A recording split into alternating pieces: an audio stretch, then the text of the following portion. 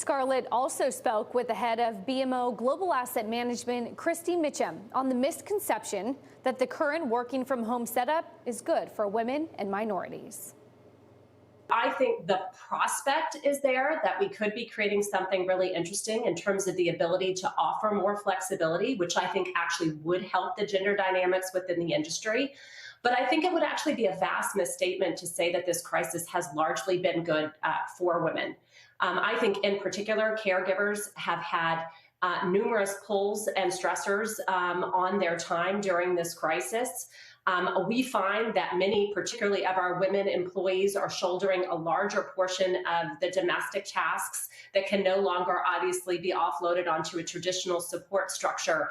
So I think it's actually been quite challenging, again, for many of our caregivers who may be women or men, but also I think for women in particular. The other thing I think we have to be very cognizant of is that a digital environment may not be fantastic for all of the underrepresented groups in our population.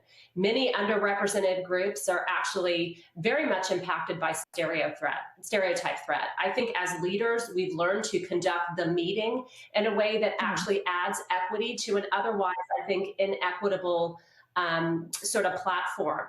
And a lot of those subtle cues that we use to draw people out are not as effective on video.